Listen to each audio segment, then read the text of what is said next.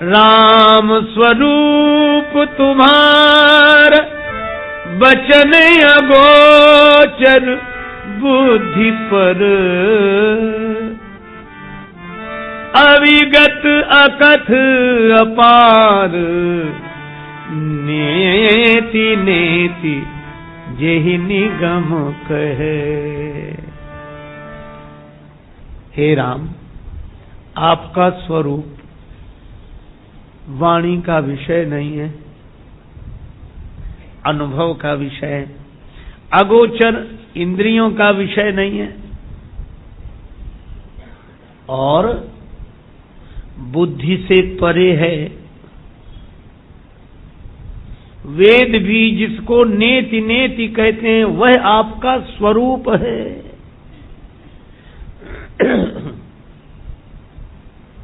बहुत बार ऐसे भी लोग मिलते हैं, कहते ये तो बातें ही बातें हैं, इनमें तो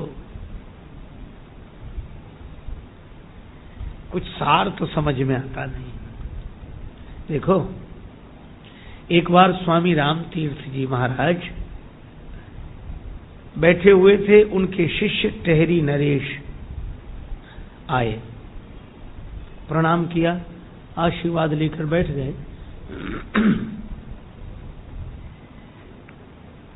कहा कि महाराज एक बात पूछूं? क्या?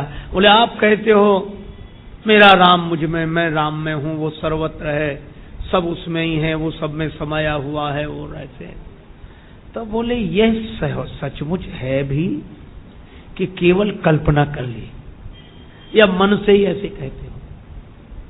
और अगर सचमुच वह आनंद रूप है, वह व्यापक है, तो हमारे भीतर भी होगा। तो आपको उस आनंद की मस्ती मिल रही, हमें क्यों नहीं मिल रही? या तो हमको भी अनुभव कराओ, और नहीं तो मुझे तो ये लगता है वो है नहीं। वो अगर है तो क्या उसे आंख से देखा जा सकता है? स्वामी जी बोले नहीं। तो बोले उसे छुआ जा सकता है? कहा कि ना। अच्छा, उसका स्वाद लिया जा सकता है, चखा जा सकता है? बोले नहीं। बोले उसको सूंघा जा सकता है, कुछ गंध आती है उसमें? बोले नहीं। बोले उसमें कोई आवाज निकलती है, उसे सुना जा सकता है? बोले नहीं। राजा साहब बोले तो होता ही नहीं है। जिसको देखा ना जा सके, जिसको सूंघा ना जा सके, जिसको चखा ना जा सके, जिसको सुना ना जा सके, जिसको छुआ ना जा सके, वो है ही नहीं।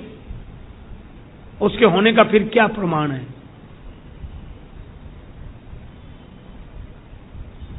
अब इसका उत्तर बोलो क्या है भाई? लेकिन इंद्रियां प्रमाण मांगती, बुद्धि प्रमाण मांगती है, लेकिन जो बुद्धि से परे है उसको बुद्धि कैसे समझ ले? पर स्वामी जी ने कहा कि कभी चर्चा करेंगे बाद में। राजा साहब बड़े प्रसन्न हुए कि स्वामी जी के पास भी हमारे प्रश्न का कोई उत्तर नहीं, पर महापुरुषों की तो युक्तियां होती। टहरी नरेश उठकर जाने लगे, और जैसे ही प्रणाम किया तो स्वामी जी ने पूरी ताकत से बड़े जोर के मुक्के का प्रहार उनके पीठ पर किया। इतने जोर की चोट लगी यहां बगल में पसली पर कि राजा साहब तो ऐसे करके बैठ गए। अचानक चोट लगी थी। स्वामी जी बोले क्या हुआ? बोले दर्द हो रहा है। स्वामी जी ने कहा कि दर्द कैसा होता, आंख से देखा जा सकता है क्या इसे? बोले वो दिखता नहीं है, देखा नहीं जा सकता। स्वामी जी बोले तो उसमें कुछ स्वाद आता हो तो हम चख कर देखें दर्द को। बोले उसमें कोई स्वाद नहीं। तो बोले उस दर्द को ऐसे पकड़ा जा सकता हाथ में कि ये रहा दर्द? बोले पकड़ा भी नहीं जा सकता। तो बोले उसकी कोई आवाज निकलती जिसे हम सुने? बोले उसको सुना भी नहीं जा सकता। स्वामी जी बोले जिसको सूंघा नहीं जा सकता, देखा नहीं जा सकता, पकड़ा नहीं जा सकता, चखा नहीं जा सकता, इसका मतलब दर्द होता ही नहीं है, ही नहीं दर्द। और अगर दर्द है तो तुम्हारे ही शरीर में क्यों अनुभव हो रहा है, हमारे शरीर में क्यों नहीं हो रहा है? अगर है, इसका मतलब झूठ कहते हो। तो राजा साहब ने कहा कि महाराज भले ही इंद्रियां उसका प्रमाण न दे सकें, उसको देखा सुना चखा सूंघा न जा सके, पकड़ा न जा सके, लेकिन उसके होने का प्रमाण मैं खुद हूं, अनुभव हो रहा है मुझे। अच्छा, तुम्हें अनुभव हो रहा है तो तुम्ही को क्यों हो रहा है, मुझे क्यों नहीं?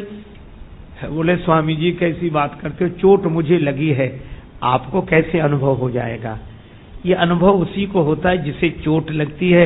स्वामी जी बोले इसी तरह वह परमात्मा सर्वत्र समान रूप से व्याप्त है, लेकिन अनुभव उसी को होता है। किसे? बोले जिसे संत सदगुरु की वाणी की चोट लगती है उसी को अनुभव होता है, हर किसी को अनुभव नहीं होता। यह है राम स्वरूप तुम्हार वचन अगोचर बुद्धि पर। अब कहो उसको समझा क्यों नहीं सकते? देखो बड़ी अटपटी बात है। उसके बारे में कहा गया कि वह बुद्धि से परे है। राम स्वरूप तुम्हारा वचन अगोचर बुद्धि पर। अच्छा, वो बुद्धि से परे है, यह किससे समझा जा रहा है? यह भी तो बुद्धि से ही समझा जा रहा है।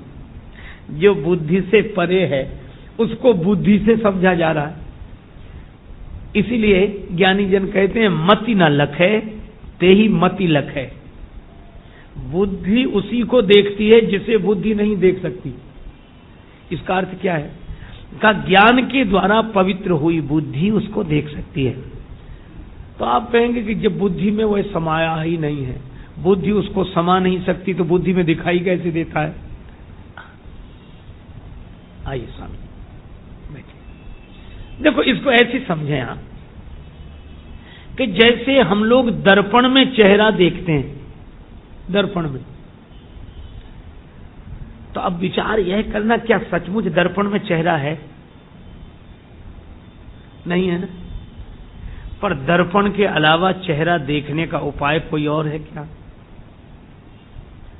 इसीलिए देखें तो दर्पण में, पर अनुभव करें अपने में। जिधर दिखाई दे रहा है उधर हाथ न बढ़ाएं, जिधर से दिखाई दे रहा है उधर हाथ लौटाएं, तब वह पकड़ में आता है। इसी तरह ज्ञान से पवित्र हुई बुद्धि में उस परमात्मा के स्वरूप का ज्ञान की दृष्टि से दर्शन तो करें, लेकिन अनुभव अपने में करें। जो बुद्धि में दिखाई देता है वह बुद्धि से परे है। जैसे दर्पण में दिखने वाला चेहरा दर्पण से परे है, इसी तरह शब्द में दिखाई देने वाला सत्य शब्द से परे है। बुद्धि में अनुभव होने वाला, ज्ञान की दृष्टि से दिखने वाला बुद्धि से परे है। इसीलिए सूरदास जी कहते हैं अविगति की गति कहत न आवे, ज्यों गूंगा मीठे गुड़ को रस अंतर्गत ही भावे। अविगति की गति कहत न आवे, और ऐसा उनका स्वरूप है। आहा, बुद्धि से परे सर्वत्र समान एक रस। और उस स्वरूप के लिए तुलसीदास जी लिखते हैं अगुण अमान अलेप एक रस, राम सगुण भय भगत प्रेम बस। अब वो जिनका ऐसा स्वरूप है वे ही सच्चिदानंद ब्रह्म भक्त के भाव के कारण रूप लेकर प्रकट हो जाते हैं। पर एक बात मैं और आपसे निवेदन कर दूं कि भगवान रूप लेकर भी भक्त को दर्शन दें तो उनका वह जो दिव्य शरीर है, जो कमल कोमल कमनीय कलेवर है, जो रूप है, वह हमारी आपकी तरह दिखे भले ही, पर ऐसा है नहीं। देखो भगवान का शरीर, उनका श्री विग्रह, वाल्मीकि जी कहते चिदानंदमय देह तुम्हारी तुम्हारी, चिदानंदमय देह तुम्हारी।